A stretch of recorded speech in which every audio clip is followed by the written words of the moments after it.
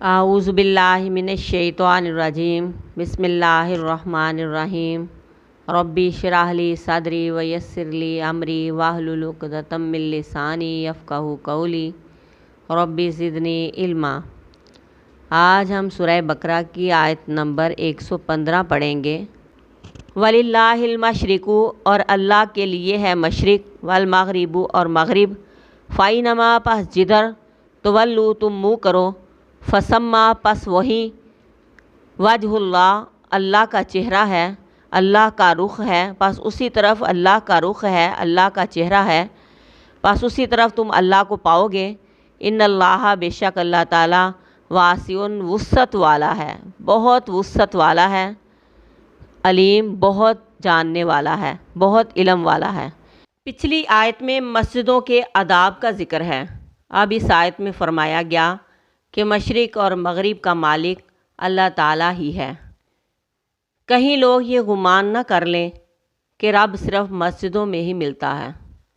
اس میں کوئی شک نہیں کہ مسجدیں اللہ تبارک و تعالیٰ کا گھر ہیں اور اللہ کے ذکر اور عبادت کے لیے مخصوص ہیں، لیکن اس کا مطلب یہ ہرگز نہیں کہ سارا دین مسجد کے اندر ہی ہے یا کسی ایک خاص جگہ پر ہے اور اس کے علاوہ جو مرضی کرتے پھریں۔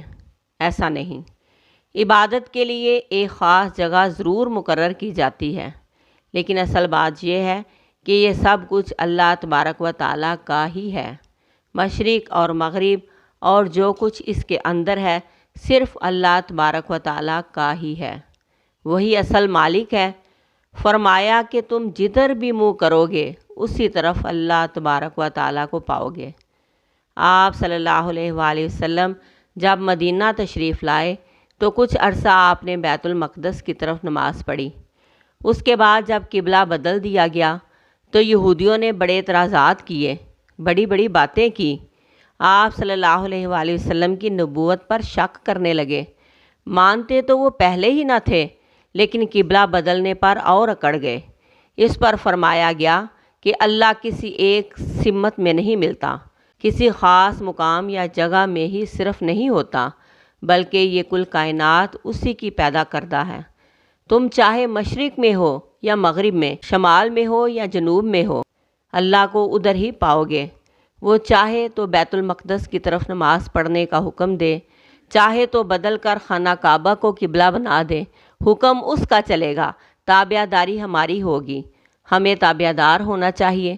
اس کی صفات بہت وسیع ہیں، اپنے علم میں، اپنی قدرت میں، سننے میں، دیکھنے میں اس کی بہت زیادہ صفات ہیں۔ وہ بڑی ہی صفتوں والا ہے اور اپنی صفتوں میں بڑی وسعت رکھتا ہے، اور اس کا علم بھی بہت وسیع ہے۔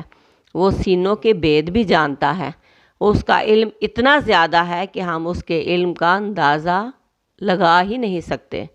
اس کے علم نے ہر چیز کو گھیر رکھا ہے۔ آسمان اور زمین کی کوئی بھی چیز اس سے چھپی نہیں۔